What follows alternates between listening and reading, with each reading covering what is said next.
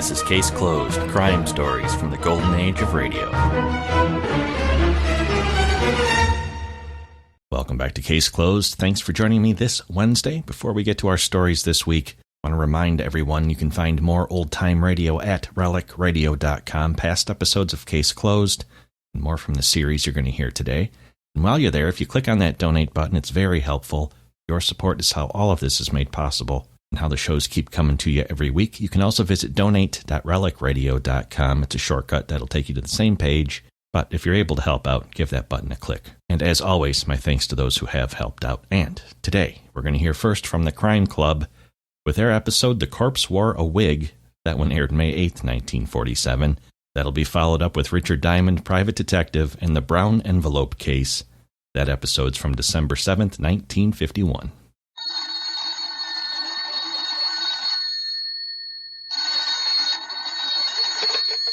Hello, I hope I haven't kept you waiting. Yes, this is the Crime Club. I'm the librarian. The corpse wore a wig. Yes, we have that Crime Club story for you. Come right over.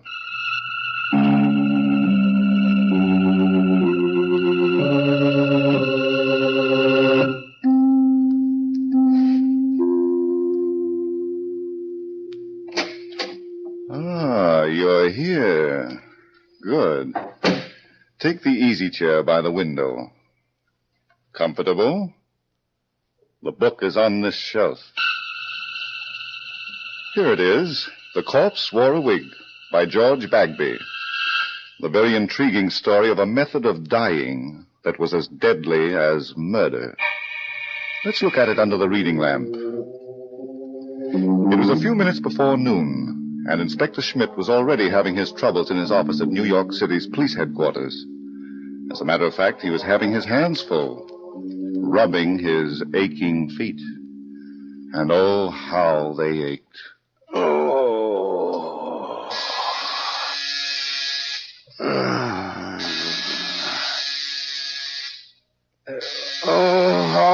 All right, you bloodless devil, you. Hello, Schmidt talking. What do you want? Inspector, this is Cassidy. Cassidy, huh? That's a big help. Which Cassidy are you? The sergeant, sir. I suppose it's wondering you are what me and Inspector McKee man is doing on one of your cases. Well, you see, it's like I don't start wondering until I know what you're talking about, Cassidy. Oh, sure. And it's right you are. You know, the good Inspector McKee went on his vacation last night. Yes, but what's that got to do with me? Well, I'm working for you now. Inspector McKee's orders. Oh, my aching feet. That's the reason, sir. Well, I'm down here in the coroner's autopsy room. You know that suicide cadaver that was brought in this morning? I had him brought in. That's Dr. Jeremy Bullock. I wanted an autopsy done. It's been done. And it was no suicide, Inspector. What? Clear and simple. An open and shut case of murder. Let me talk to the coroner. Well, he just left a few minutes ago. He got a call to go out on another killing. And he asked me Stay where you are. I'll be down as soon as I get my shoes on and learn to walk again.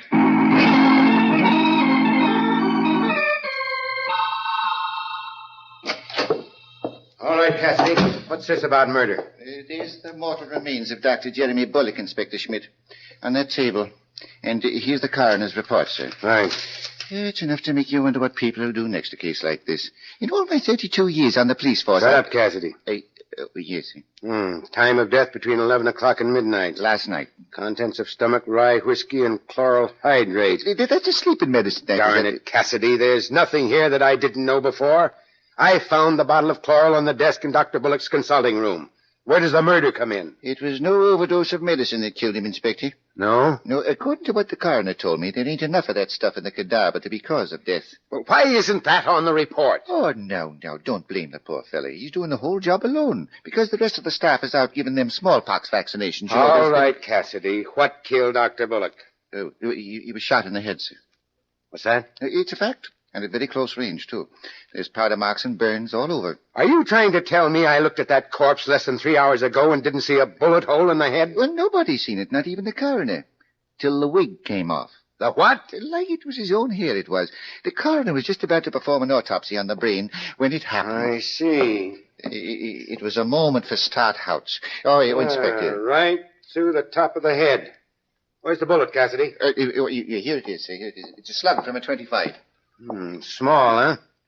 But why did this guy need a wig? He's got more hair than I have. Now, that's the one thing I couldn't understand. The wig he was wearing was the exact duplicate of the hair that was growing right out of his head. That's it on the chair. Now, bring it here. Yes. Oh, yes, it's a puzzler, all right.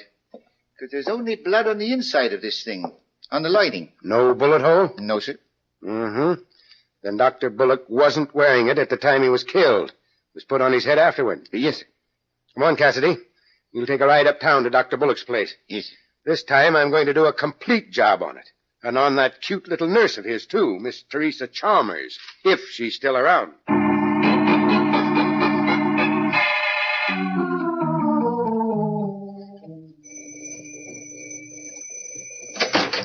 Yes, I heard you the first time. What do you want? Who are you? I beg your pardon. You always lead with that tone of voice? I sometimes lead with my left. I'm Inspector Schmidt, Police Headquarters. Please. Oh, my goodness. Well, come right in. I didn't mean to be brusque. But there's so much to do here. Yeah. So much. Oh, dear. I suppose this character with you is a policeman, too. Why, listen, you... Hold it, Cassidy. But he called me a character, Inspector. This terrible day, this dreadful day. What are you doing here? I'm Spencer Talcott, scalp specialist. My salon is just around the corner from here, one flight up. I give treatments for every known variety of scalp disorder. I also give beauty treatments, hair waving, rinses of every description. My salon is the byword. Have you got a card? Yes. Keep it. Now, Mr. Talcott, what are you doing here? I heard about the horrible tragedy, Jeremy's, Dr. Bullock's suicide. I was in the midst of giving someone a treatment when my assistant, Miss Foley, brought me the news. You can just imagine how I felt. Not now, if you don't mind. Jeremy Bullock, suicide. Unbelievable. He was so perfectly balanced. Good heavens, Inspector, what are you doing? Taking off my shoes. Any objections? Well, I must say... Well, don't. So you're a scalp specialist, huh? What do you know about wigs? Wigs? Are you talking to me? I hope so. I don't know anything about wigs. My job is to do everything I can to avoid them for my clients. I am a scientist. Yeah. Where's the girl? Would you be crudely referring to Dr. Bullock's nurse? Where is she, Talcott? Oh, well, you have to shout, Inspector. Miss Chalmers is resting in Dr. Bullock's living quarters. The shock of her employer's unexpected death, I'm afraid. Tell her to come in here. Inspector Schmidt, the poor child is just a tangle of nerves. Couldn't you forego the usual procedure? Get going, Talcott. Of course. You give me no alternative.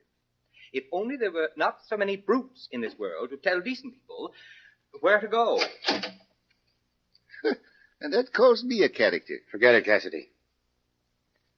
You notice anything about this place that's out of line? Only that worm that just crawled out of here. If I were a private citizen without the dignity of a whole department to uphold, I'd show... Why, Inspector, this room is all wrong. Thanks for the cooperation. The furniture's old and broken down. Now, this is a high-class building in a fine high-class neighborhood. Pretty expensive, huh? Well, if I'm any judge of rentals, it's more than the likes of me can... Well, I'll be an Englishman. What's the matter, Sergeant? Now, what would that dirty, dilapidated moose head be doing on the wall of a doctor's waiting room? A moose head with one eye and a crack under the chin. It ain't the sort of thing that gives peace of mind to the sick and the troubled, is it now? Not exactly, Cassidy. But it is something to wonder about. Inspector Schmidt. Oh, Miss Chalmers. Mr. Talcott said you wanted to see me. Mm-hmm. Come in. We don't have to talk long distance. I'm not feeling well, Inspector. I hope you'll understand. Don't expect him to do anything so human, my dear. I told him exactly how miserable you were, but he insisted Cassidy. on your... Yes. Go through this place and see what you can pick up. I'll do that, sir. Start with the consultation room. That's where the body was found. Yes, sir. The consultation. Well, that must be that room. Now, Miss Chalmers, What do you want? I told you everything hours ago. you told me you came to work this morning and found Dr. Bullock sitting at his desk, dead. That isn't everything, young lady. What? I'd like to know more about Dr. Bullock. Why a sloppy waiting room like this, and why that moose head? I don't know, Inspector. How long have you been his nurse? 6 months. What kind of people came into this dump of an office? All kinds. What are you getting at? Miss Chalmers, I've been a policeman too long not to recognize a phony setup. You saw nothing wrong with it this morning. Bright girl. I wasn't looking for the same kind of evidence. The same kind... Inspector, Yes, you're catching on fast. Jeremy Bullock didn't commit suicide. I knew it. He took an overdose of that chloral hydrate by mistake. I knew he wouldn't kill himself. You're so right. He was murdered. Murdered? Murder? You take second money, Talcott. What of all the ridiculous, utterly Now fantastic... go back to your stall. What you won't think of next, you policeman. Good heavens. Go back, Talcott, or I'll have Cassidy give you a scalp treatment. Oh, good gracious. I don't believe it. It can't be true. Somebody dropped enough chloral hydrate into some rye whiskey to put Dr. Bullock to sleep, and then shot him in the head. In the head. Oh, I know this is a trick. You're only fishing. The top of the head, Miss Chalmers. Did you ever see this wig before? No. And what's more... Wait a minute. Yeah? That looks like Jerry's hair. Jerry, huh? Was he? No, he wasn't. How long has it been Jerry, Miss Chalmers? We were going to be married in 2 weeks. Is that so? I know what you're thinking. He was old enough to be my father. But I didn't care. I loved him. Well, there's no law against it. Yet. Inspector, was Jerry really murdered? Would you like to see his body again? Talcott. She killed him. Kate Foley killed him. Kate, my assistant? Well, you must be out of your mind. She threatened him. She was here yesterday screaming bloody murder because he was going to marry me. Don't stop, Miss Chalmers. This is becoming very interesting. She said she'd kill me, too. That jealous lunatic. She had no claim on Jerry. He never promised to marry her. How do you know? Well, suppose he did and he changed his mind. He didn't love her. That's no reason to be murdered. Yeah. Talcott, would Kate Foley be in your finger-waving paradise now? Of course. But, my dear Inspector, you can't be thinking that... I'm going to tell you, huh? Come on, I want to get her side of the story, and quick. But, Kate, she's one in a million. Expert assistant. Oh, I almost forgot my shoes. Dear me. What am I going to do? Don't say another word. The minute I get into these, I start hating things. All things.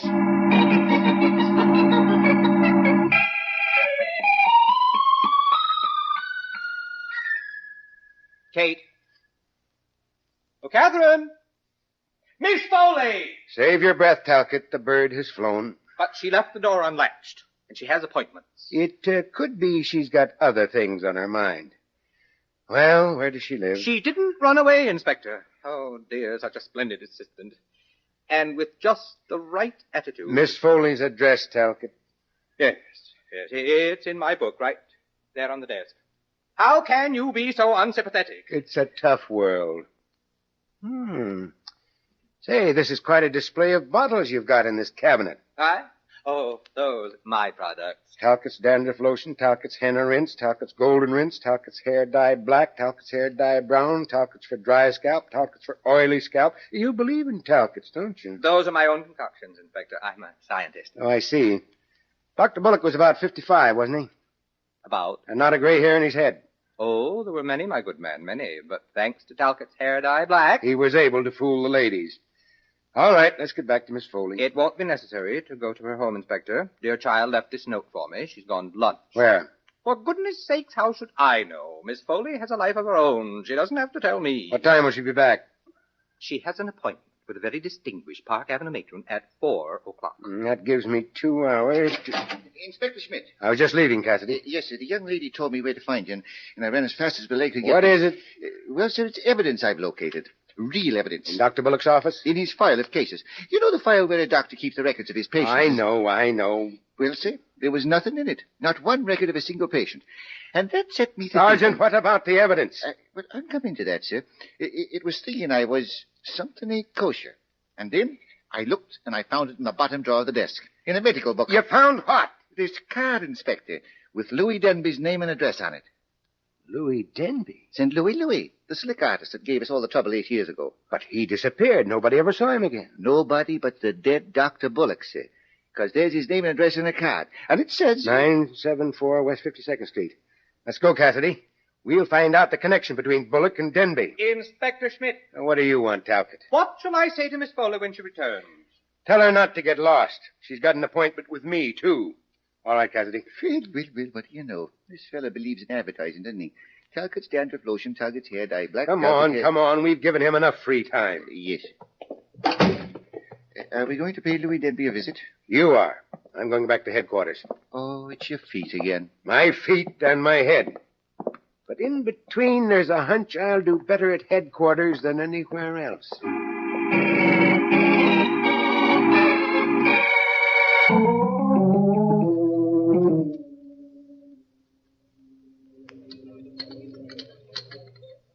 you having a good lunch, Kate? Oh, you. Checking up on me, Mr. Talcott? We needn't be so formal, dear. With you, how can a girl be otherwise? I've just done you a tremendous favor and at a great risk to myself. I'll bet. How much is it going to cost me? I told the police I didn't know where you were, but of course I knew all along. Police? I knew you're a child of habit, that you eat in this dreadful place every day. What do the police want with me? A certain Inspector Schmidt is frightfully upset about the death of Jeremy Bullock. So? Seems your friend did not commit suicide. What? He was murdered. You're crazy. Oh, yes. The police have all the proof they need. He was shot. Oh, no. Kate, where were you last night between 11 o'clock and midnight? I was... Say, who appointed you Chief Constable of Madison Avenue? The police are going to ask you the same question, dear. Yeah, why? Inspector Schmidt knows that you threatened to kill Jeremy. When? Yesterday afternoon. He was mad as a hatter because Jeremy threw you over for Tracer. Oh, so that's it. Isn't funny, Kate? If anything should happen to you... It won't. I wouldn't know where to look for another assistant. Have some coffee, Spencer, and I'll tell you the story of my life. Oh, you don't have to. Oh, but I do. Jeremy Bullock never meant any more to me than you did. Now, look here, Catherine. Nothing personal.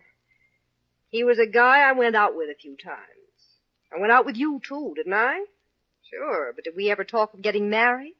Well, not the marrying kind. Neither was he. He liked women, but too many of them. Oh, dear, it gets more and more complicated. Why did Teresa tell Inspector Schmidt? Oh, so that's where he got it, huh? Naturally, didn't you know? No, my pudgy little lamb. I thought it was from one of the other 2,000. Well, goodbye for now. Where are you going? To choke somebody with a wagging tongue. But, Catherine, you didn't have your coffee. Oh, dear. I wonder if she put too much sugar in it.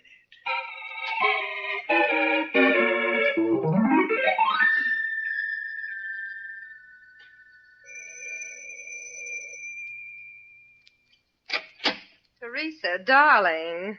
Kate, So you're still holding down the fort. You're not in the payroll anymore, honey. you can't come in here. Prove it. I used to be wrestling champ of the finger waving league. Nobody ever beat me. What do you want? A heart-to-heart talk. And yours better be wide open or I'll stop it for good. You're going to kill me. Well, that's up to you. Why did you tell the police I threatened to kill Jerry? Because you did.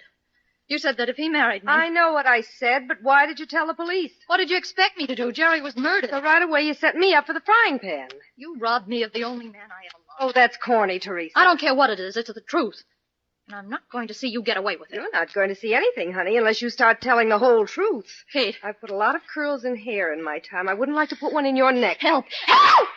You little fool. What are you trying to do? Start a riot? Say when, and I'll let you breathe again. You've got a lot of talking to do, and you're not doing me any good yelping into my hand. All right. Don't try to catch any more flies. You almost smothered me. Almost never counts. Well, shall we talk now? If there's When any... I came in here last night at 10 o'clock, you ran into the examination room and locked yourself in. I didn't want another scene with you. That's not what Jerry told me. Huh? He said you were crying. That's not so. He also told me that you and he were in the midst of a terrible bust. What? He wasn't going to marry you. Now, see here, Kate, if you're making this When up... I left at 10:15, you were still in the examination room where Jerry kept all his medicines and drugs. He never had chloral hydrate. Who's going to believe you? But I It doesn't pay to talk out of turn, does it, Teresa? left a few minutes after you did. Good for you, but who saw you? Why, the... No, you're wrong, honey. There was no night watch in this building last night. No doorman. You can't prove I was here last night, Kate. That's right. And if you say anything about it, I'll deny it. It'll be your word against mine. That's what it is now. About my threat to kill Jerry and about everything else. Now, what were you crying about last night? It's none of your business. Oh, please don't be cute. I've been around a long time. That's too bad. And I knew Jerry before you did. He told you last night that he never intended to marry you. Shall I go on? I can't stop you. He also told you that he was using you to get rid of me. What? But... I'm a veteran of the same dirty war that licked you. Jerry used that stunt on me to get rid of a previous commitment. Oh. So we're two of a kind. You fight for your life, and I'll fight for mine. Maybe, if we say the right things to the right people, we'll both live to a ripe old age.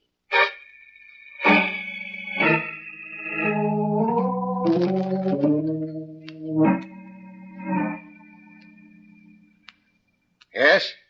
Yes, Captain. Put some men to work on it right away. Okay. Now get the board to switch me to the toxicologist. Oh, now what? Hello, Inspector Schmidt talking. Sergeant Cassidy at this end, sir. Well, hold it. I'm on the inter-office line. Hello, Dr. Jones. Schmidt. I want a complete story on everything chloral hydrate is used for. Yeah. Get the report down to me as soon as it's ready. Right. Go ahead, Cassidy. Thank you, sir. It's bad news, Inspector. You don't say. What is? I'm calling from Louis Denby's place of business. And it's one of the most remarkable enterprises for an old-time crook I've ever seen. What about Louis? He's stretched out in the middle of the floor. What's that? In the showroom, sir. And it was a bullet from a .25 that put an end to his lifelong career of crime. Murdered? Well, I'll be. Yes, Inspector, I felt exactly the same way about it. How do you know it was a .25 that killed him? Well, sir, the bullet went right through his body and packed itself in the wall.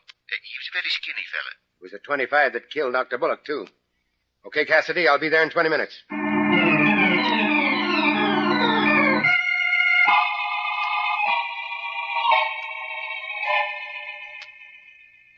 Yeah, right through the heart at close range. He's been dead around 6 hours. Somebody didn't want Louis to talk, sir. Thanks for telling me. But why, Cassidy? That's the question. Well, Inspector Smith, it's all in the record. What record? Louis, when I came to this little bare room with the mirrors all around the walls, the first thought that came into my mind was, why a bare room with mirrors? So I made a thorough investigation. Yeah?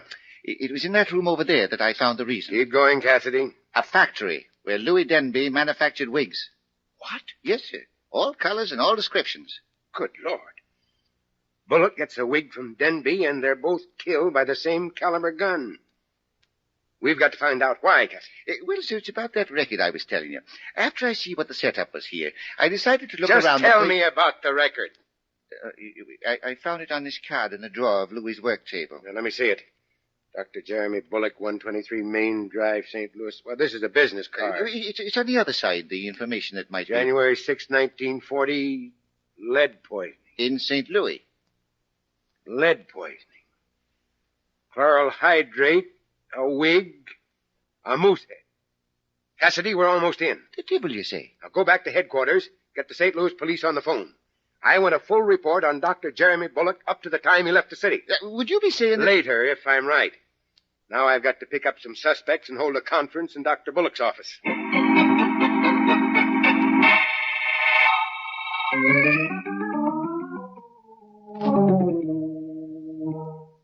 But, Inspector, my goodness, you must try to understand. Sit down, Talcott. You make my feet tired. But you have no right to detain Miss Foley. She has appointments. You're ruining my business. Don't disturb him, Spencer. I like it here. It's almost like a vacation. Miss Foley, how long have you been in New York? All my life, honey. I'm from Brooklyn, and I root for the Giants. Would you call me a traitor? Don't tempt me. How about you, Miss Chalmers? I came here from Philadelphia 2 years ago. You're next, Talcott. Appointments are going to waste, and you dare hold a geography class. How about it? Where did you float in from? I don't float. I'm a native New Yorker. And if you don't stop asking this ridiculous... I'm going to... Shut up. So none of you has ever been in St. Louis, huh? What? And I suppose not one of you ever heard of Louis Denby. Not even you, Miss Chalmers? No. Who is he? A man who knew too much about lead poisoning. What? I know lots of people who know too much about lead poisoning, Inspector, and wish they didn't. Thanks, Miss Foley. Artists and painters. Would you know what usually happens to them? Are you kidding? They lose their hair. They even get bald. But Dr. Bullock didn't get bald, did he? He didn't have lead poisoning, dearie. He did, 7 years ago. He had to have a wig. But Jerry wasn't bald. No, Miss Chalmers, he wasn't. But he was a terrible mess at one time. What did Dr. Bullock keep in that moose head? In that... nothing. Huh. Suppose we find out. Do you think this couch will mind if I stand on it? What are you going to do? Find out if this crack under the chin was a result of a fight with another moose or the work of... Holy angels. Spencer, look, there's a door in the darn thing. I'm not going to look. It's too disgusting. Well, what won't Mother Nature think of next? And I'm not going to stay here while a vandal wastes my precious time. Talcott. You have nothing more to say to me, There Inspector. are two blue uniforms out in the hall. And they're very anxious to go for a ride. You've got no right to keep me prisoner. I won't stand for it. Say, Inspector, did that wad of paper come out of that moose hen? Surprised, Miss Foley? Well, aren't you? Since when does a moose read newspapers? From St. Louis. And papers 7 years old at that. But there's something else. A list of some of the worst gunmen in New York. What about these, Miss Chalmers? I don't know anything about them. You wouldn't even try to remember, would you? I said I don't know. All right, we'll give you a chance at police headquarters. You're not going to arrest me. I haven't done anything. Oh, no one ever does. Come here, Talcott. What do you want? So you've never been in St. Louis, huh? I didn't say that, Inspector. I said I was a native New Yorker. So you did. Now tell me your name's always been Talcott. What, aren't you going to? Are you afraid of this news photo of a man called Tal Spencer? Who's the image of you? Well, so I did make a mistake. I did manufacture a hair dye that Dr. Bullock and other people used that had a lead compound in it. This paper says that you were sued by 128 people and that you skipped town. Well, naturally. I didn't have enough money to face it. But I'm ready to pay all damages now. Of course, it was a terrible mistake 7 years ago. But you can't hang a man for that. Not for that, but for murder. Let's take a ride downtown. There's so much I'd like you to tell me about the truth.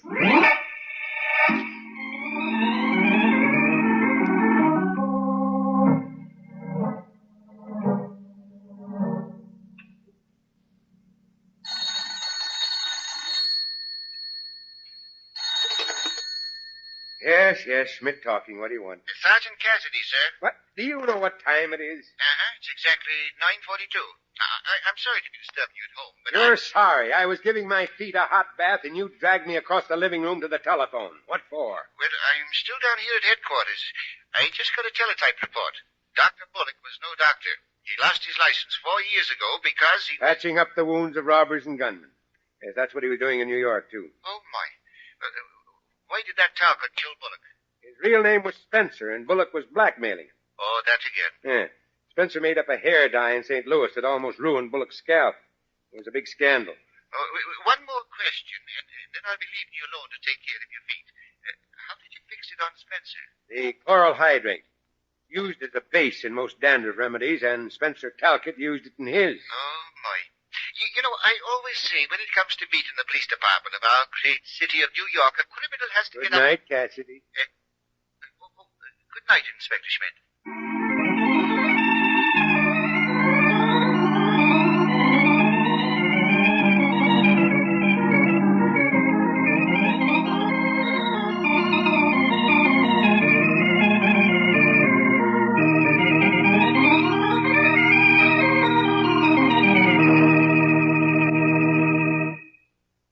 And so closes tonight's Crime Club book, The Corpse Wore a Wig, based on a story by George Bagby.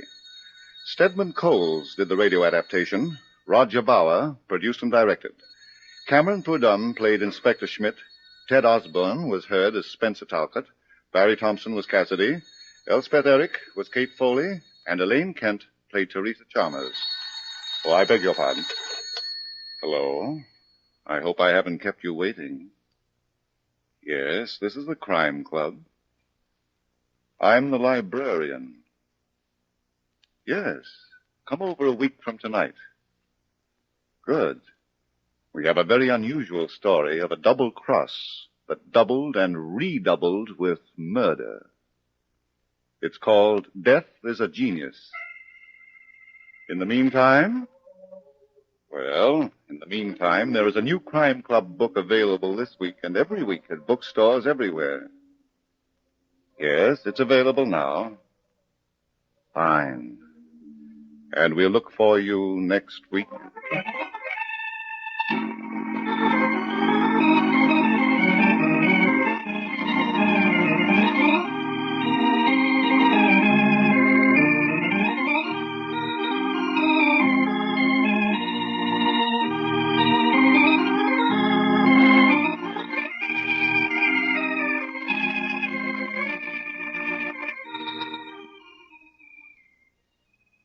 This program came from New York.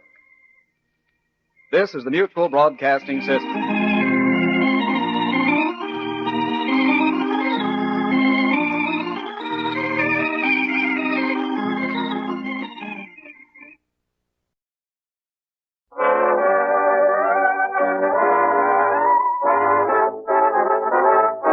makers of Camel cigarettes, present Dick Powell as Richard Diamond, Private Detective.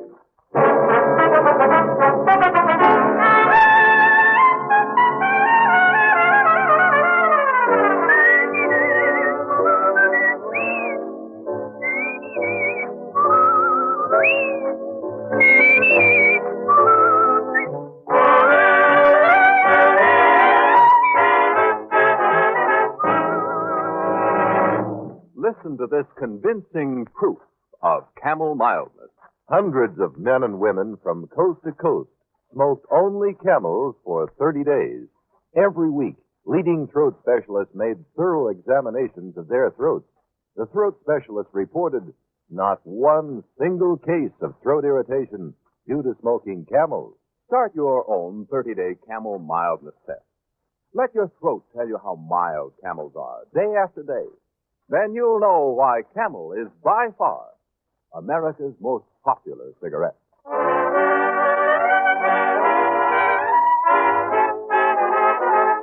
Here transcribed is Richard Diamond, Private Detective, starring Dick Powell.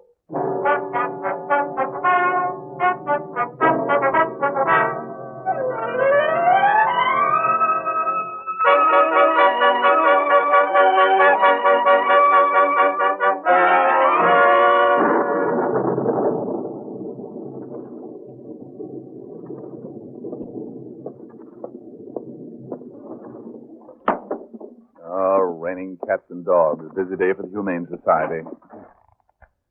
Oh, what a beautiful morning. Oh, what a... Music critic. Diamond Detective Agency. We solve all crimes. We frown on sin. But the weather is awful and we'd rather stay in. Who wouldn't? Oh, hi, Helen. Hi. Did you like that slogan? Yeah. It gives me an idea. I want to report a crime. Well, hide the body till tomorrow, dear. It's raining. You can lose your license with an attitude like that. Oh, baby, you certainly know where I'm ticklish. Where's the crime? You're still single. So am I. Well, in your case, that is a crime, and mine's just a misdemeanor. Anyway, I can't discuss an assignment I'm still working on. I'll help you solve it. I want to give myself up. Sorry, no case.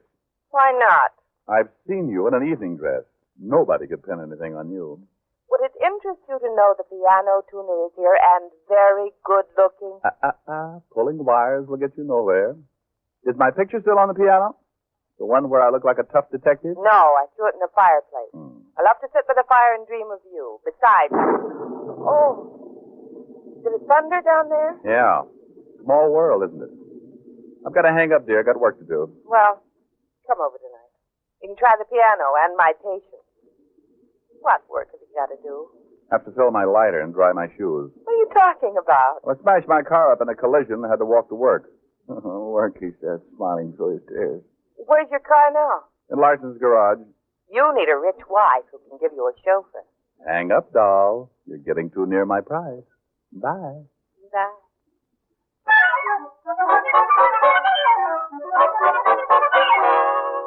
I looked at the door, hoping a wealthy client with an easy case would walk in.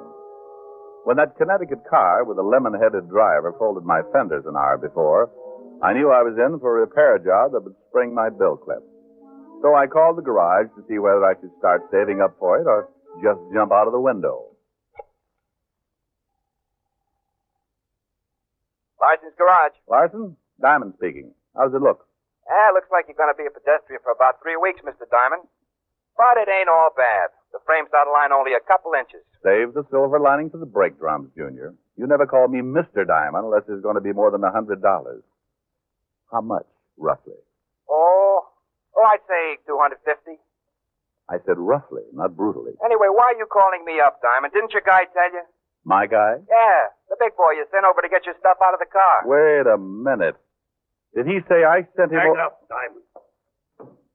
Stop talking and hang up. Have a chair, friend. Be with you in a moment. Larson, was this guy of mine a thick-set, moronic-looking oaf with a greasy hat and a broken nose? The next one is through your ears, Diamond. Hang up. I'll talk to you later, Larson. I just heard a report that requires my attention. Do you realize, friend, that you made a big hole in my wastebasket? Now, suppose I wanted to fill it with water to wash my hair. How could I... Shut up! Where is it? I said, where is it? Talk! You told me to shut up. You can't have it both ways. Friend, I've had a bad morning. My car is smashed up, and my feet are wet, and things look bad in Egypt. As the old song says, I love a charade, but not this much. Don't play cozy. The stuff in your car. Oh. Well, now, let me think. There was a box of cleansing tissues in the glove compartment, some golf clubs in the trunk, probably some hairpins down behind the seat. I've told that girl 100 times. After the wreck. After the wreck. Everybody was throwing stuff back in the car. We want the brown envelope. Brown envelope? Friend, I never saw it. No. Scout's honor. See, I'll cross my hide Keep your hands down.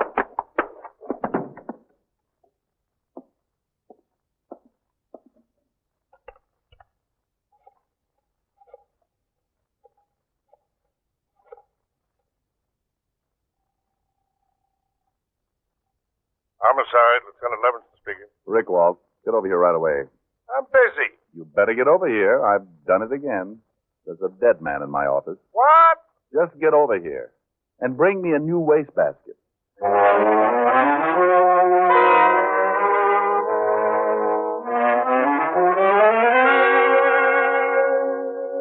Yeah, I know him. Paul Scannell, hoodlum, third class. Car stripper, nightclub bouncer, Central Park mugger, and manic depressive about town. Last arrest 2 years ago. They didn't want him for anything right now. You could have had him for assaulting wastebaskets. Who was he with? I don't know. He's been out of circulation. What makes you think he was with anybody? Plural personal pronoun. He said, we want the envelope. You and your education. You hadn't been a little faster than he was, you'd be getting your doctor's degree right now. Incidentally, were you expecting something? Only the usual things, death and taxes. 2 men with whiskers. Why? Wearing your clavicle gun in the office, out of character. Comfort-loving type. A shrewd observation, Walter. And it was. Normally, I'd have shucked the gun the minute I got in the office. When my car got hit, the pistol was knocked out of the clip under the dash, so I stuck it in my shoulder holster. There were 6 police officers and 1,300 helpful citizens on the scene, and I didn't want to linger for extra questions. I told Walt about Scannell going through my car at Larson's garage. He looked thoughtful, and when Walt looks thoughtful, he's thinking. The police force could use a lot of Levinsons. Brown envelope with murder in it. Rick, there's more of this than a traffic brawl. What did you bring here from the scene? Just my wet feet and my briefcase. The one I always carry to make me look businesslike. You couldn't look businesslike if you carried a cash register. Look, let's reconstruct a little. Take it from the crash. Okay. Slippery streets. A gray coupe with Connecticut plates came barreling through the stoplight. I tried to get over, but there was a curbstone and a 30-story office building in the way. Remind me to write my congressman about the real estate lobby. You mention my name, you'll get a nasty answer. Go on, will you? Well, we smacked. You mean you didn't hear it? Only 24 blocks away? Oh, sure, but I thought it was just another atom bomb. Well, 4 doors flew open, 2 on my car, 2 on the gray coupe, stuff all over the street. Papers, spare parts, broken glass, my bridge work, the usual debris. While the other driver and I were exchanging information and insults, a few warm-hearted bystanders, seeing there's nothing worth stealing, threw the stuff back into the cars. Mine was hauled away to the garage. How about the other fellas? The other fellow was a girl. Well, you may say so, officer. Platter of goodies. Friendly, too, in a nervous sort of way. You'll get a name and address? Certainly. You think I'm an idiot? I can't answer that without breaking up a beautiful friendship.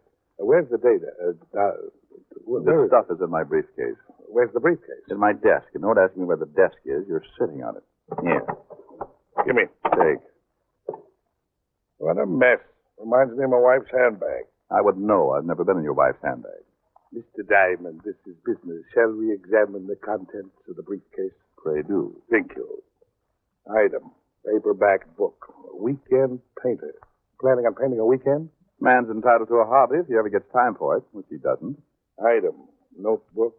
Black. Keep out of that. Killjoy. Item. Book of matches. No pretty. Item. Clip of cartridges. Item. Card notifying a dental appointment this morning. Couldn't make it. Have to cross that bridge work when I find it. Yeah. Well, that's all there is. No brown envelope. No, I wouldn't have a brown envelope. Never use that color. It makes me look sallow. You're not much help. Well, do something, Fatty. Something. Why don't you just send all my envelopes to the lab and get the glue analyzed? I had a horse last week that dropped dead in the far turn, and I...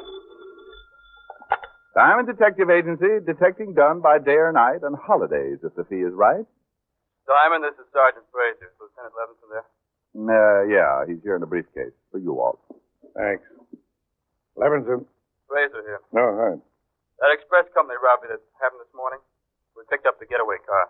Thought you want to know right away. Yeah, thanks, Sergeant. Car abandoned? Yeah, seemed to be pretty smashed up, too. Front end all banged in. Gray coupe with Connecticut plates. Okay, hold it for a route. Wait a minute. Gray coupe could... Rick, that car you banged into this morning, gray coupe, Connecticut plates? That's right. Why? Tell you in a minute. Sergeant.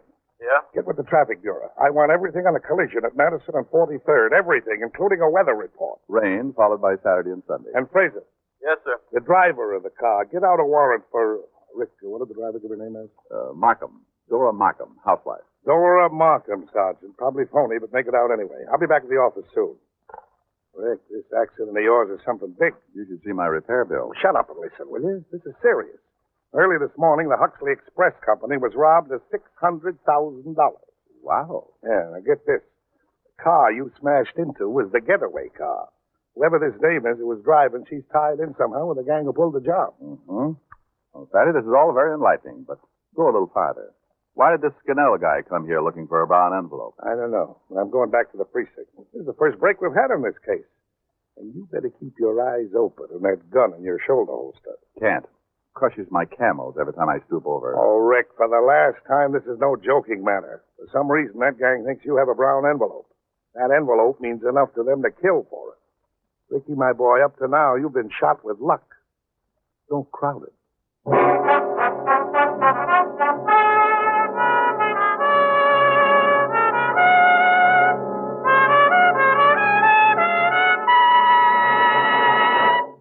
Before we continue with Richard Diamond, here are a few words about smoking enjoyment. Here's the one sensible test of cigarette mildness. Smoke only Camels for 30 days.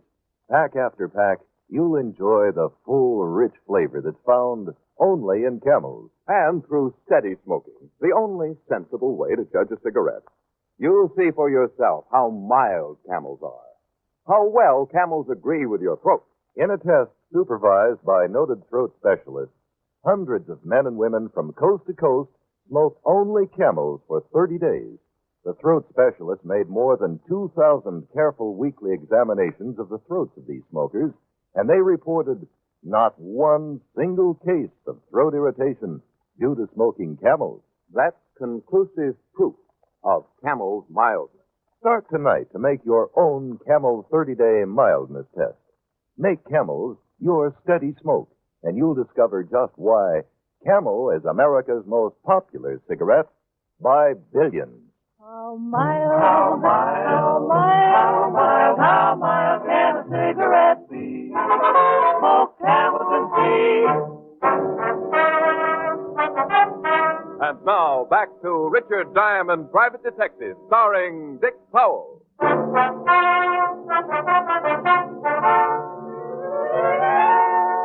Up until now, as the man said, I had been shot and shot at with luck. I was in the middle of something, but didn't know what. After Levinson left, I sat and stared out the window. It didn't work any harder than that until the phone rang. Diamond Detective Agency. We try to please... Hello? Hello? Hello? Oh, well, maybe it was the wrong number. Or maybe it was somebody wanting to be sure I was here. I felt like a new clay pipe in a shooting gallery waiting for the sailors on Saturday night. It was a nice little office, but I suddenly didn't like it. I thought I'd go ask Helen about the piano sooner. I liked that idea. So I got up, packed my briefcase, shoved my stuff back in it, and as I zipped it shut, my hand felt a piece of paper stuck underneath it. It was the brown envelope. I got to work on it, and inside was a baggage check, and written on the back of it were 2 words, Blue Duck. I was just getting... Don't bother, Miss Diamond. Just give it to me. Well, hello, Dora Markham, housewife. I'm not as stupid as Paul Scannell, Mr. Diamond. Also, I'm a better shot. Well, he wasn't too bad. Got my wastebasket right between You talk too much. Get up, turn around, and take off your coat. Oh, do I have to? It's so pretty. My shirt's wrinkled on account of the rain, and Take it off, or the coroner will cut it off. Oh, I should have sent you in the first place, Dora. You're much more convincing. Okay, it's off. Look, you're a housewife. There's a button loose on the left sleeve, and The trousers? Off. Oh, now, Dora. The door is closed, and there's a silencer on this gun. I'd love to silence a noisy detective who tried to move in on a off diamond.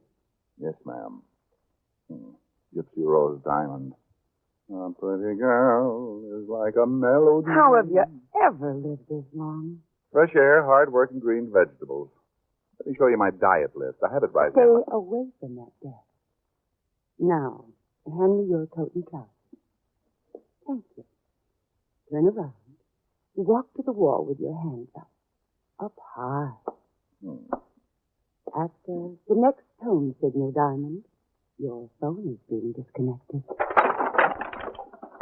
Oh, Dora, you're wonderful. I could go for a strong girl like you, and I would, too, if you didn't have that... Well, you could have said goodbye.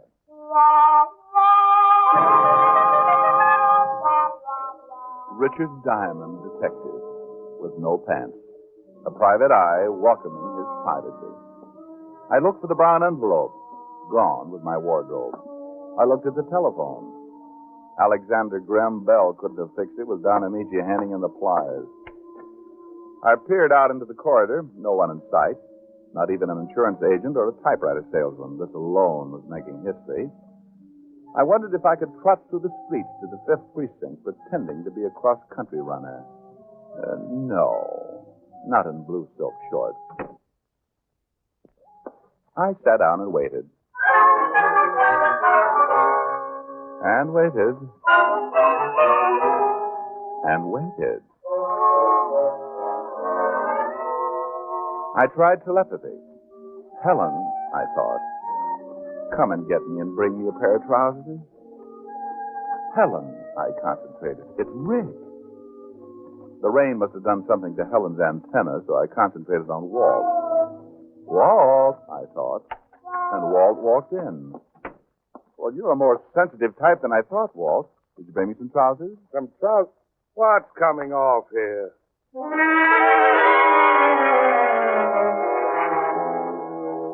The straight line was too easy, so I passed it up. I told Walt about Dora the housewife and the brown envelope and the baggage check inside it. Anything else? Yeah, 2 words written on the back of the check. Said, Blue Duck.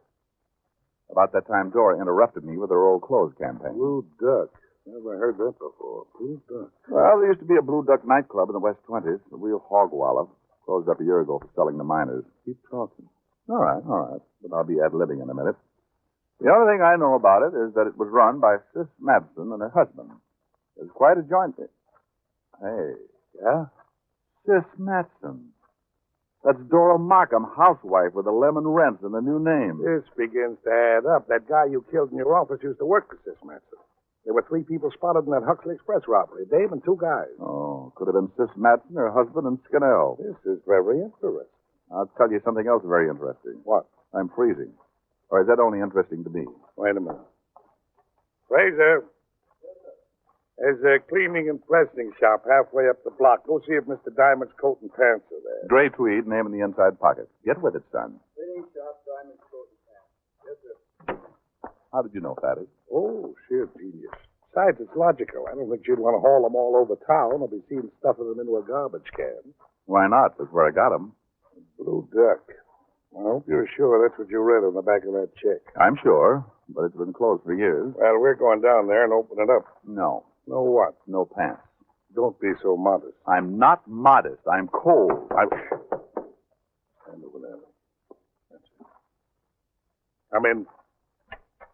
Hey, watch it, Lieutenant. It's just me. Okay, Fraser. Got Mr. Diamond's clothes? Yes, sir. I'll press nice, too. Another 10 minutes, the guy would have brought him up here himself. Really? Yeah. The lady said her father was waiting for him. Her father? Walt, give me a gun. This gang will stoop to anything.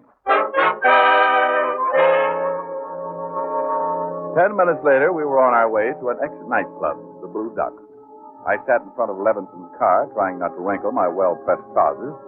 We pulled up half a block from the one-time nightclub. Where are all the cars? I thought this'd be a bigger party. The place isn't a Blue Duck, it's a dead duck. Maybe it's a bigger party than it looks. Where are you looking? For a bright cop, Fatty, you're a little dull. But everything points to this little bistro, so we'll just... I know. Take a gander at the duck. Gander at the duck. I heard it the first time. Tell me, Walt, this $600,000, is there a reward? A reward? Why, you... Keep your voice down, officer, while you tell me who put you on at the Blue Duck and Sis Matson. Who got shot at, stripped, humiliated, wrecked? Who split 50-50 with the police pension fund? Should have brought your briefcase. You are a businessman. Come on. Dead duck. I don't think this joint was ever alive. Maybe they went to a movie. After all, a housewife is entitled to a little recreation, and I Go don't... away. This place has been closed for years. Nobody here. We want to look around a little. There ain't nobody here, I told you. We'll come in anyway. Walt, get the old guy to turn on some lights. Ain't no lights. Must be some lights, Pop. How do you get your reading done? I spend my time minding my own business, Sonny. Not a bad idea for you either. You don't mean you think I'm Snoopy? Nothing to see here. Now get out. We're police officers, Pop. Now find the lights and stop talking so much. What do you want anyway? Lights. Didn't you hear what the man said? All right. Here's this way. Place looks like it was never open. What'd you expect, dancing girls? You're pretty fresh, you know it. I got half a mind to run you in. Now, hold it, Walt. You don't want him. You said it. Who pays you, Pop? I don't know. They mail it to me. Yeah, sure. What's under those stairs? Tables and chairs. What's on the second floor? Nothing.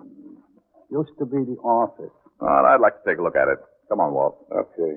Come on, Pop. I'll stay here. You'll come with us. It's bad for my heart climbing up and down stairs. You don't think maybe there's somebody in the office, do you, Pop? The place is empty, I tell you. Come on. Keep up with us, Pop. Are you scared of your heart? No. Scared of anything else? No. Well, I am. Hold it. What, Walt? I heard something. Rat. Maybe. Walt, get down. Rats, huh? Yeah, I guess that fits. Who's upstairs, Pop? I don't know. I told you. If you're going to get him, whoever it is, you might as well start talking. I don't want no trouble. Now, look, you... Walt, start firing up toward that landing. Keep him busy. I'll try to get beside the staircase. Yeah. For Pete's sake, shoot high. You figure it's Sis Matson and the husband? Yeah. Now start firing. High toward the landing.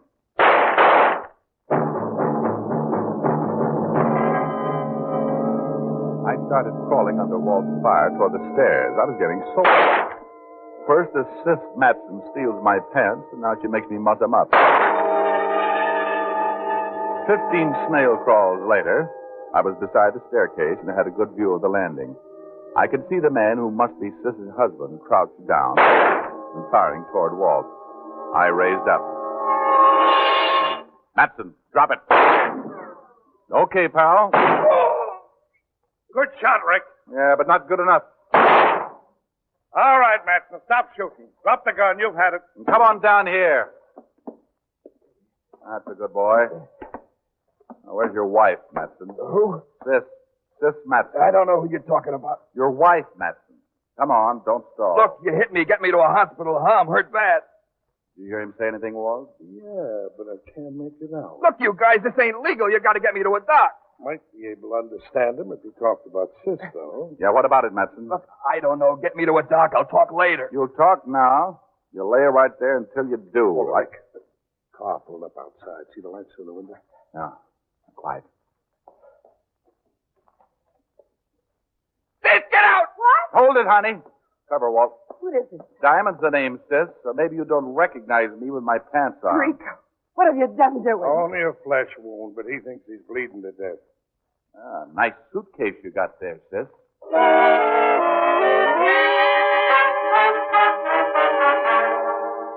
And it was. When I opened it, I half expected to find a collection of men's trousers, but instead, I found stacks of my favorite color, green. You know, most ducks have only one bill. But lying on the floor of the Blue Duck in a suitcase were 600,000 of them. It had been a colorful day. Gray weather, brown envelopes, blue ducks, and green money.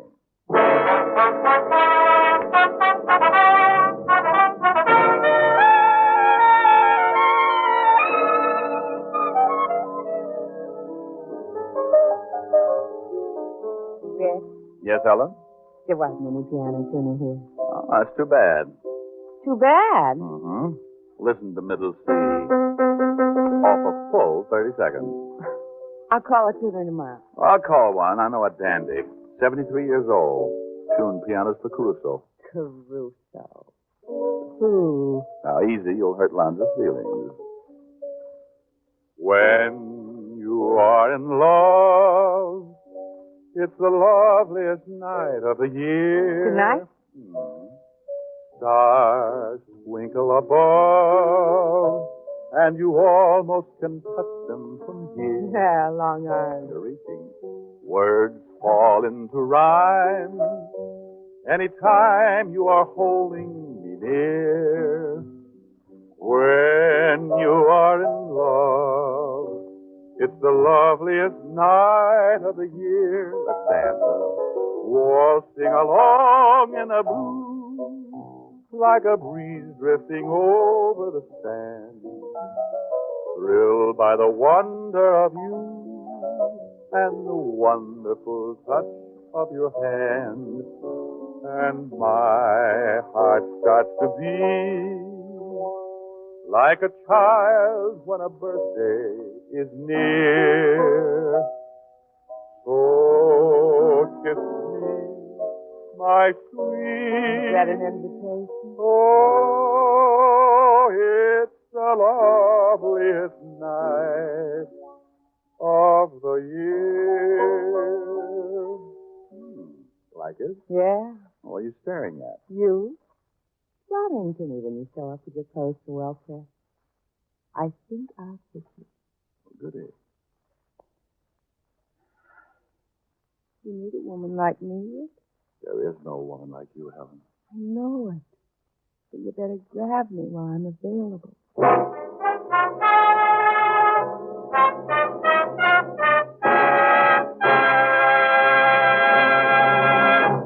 Dick Powell will return in just a minute. Here's a wonderful Christmas shopping tip.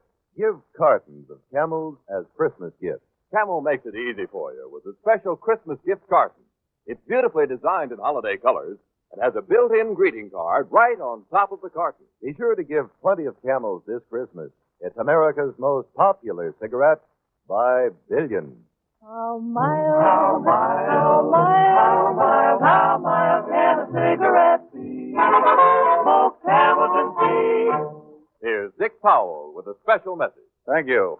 Ladies and gentlemen, every week the makers of Camel cigarettes send thousands of packs of Camels to military hospitals and veterans. That's to help show hospitalized men and women of the armed forces that folks at home haven't forgotten them. This week, the free packs of Camels go to Veterans Hospitals, Marion, Indiana, and Sheridan, Wyoming, U.S. Army Station Hospital, Camp Gordon, Georgia, and U.S. Naval Hospital ship Repose. Now until next week, enjoy Camels. I always do.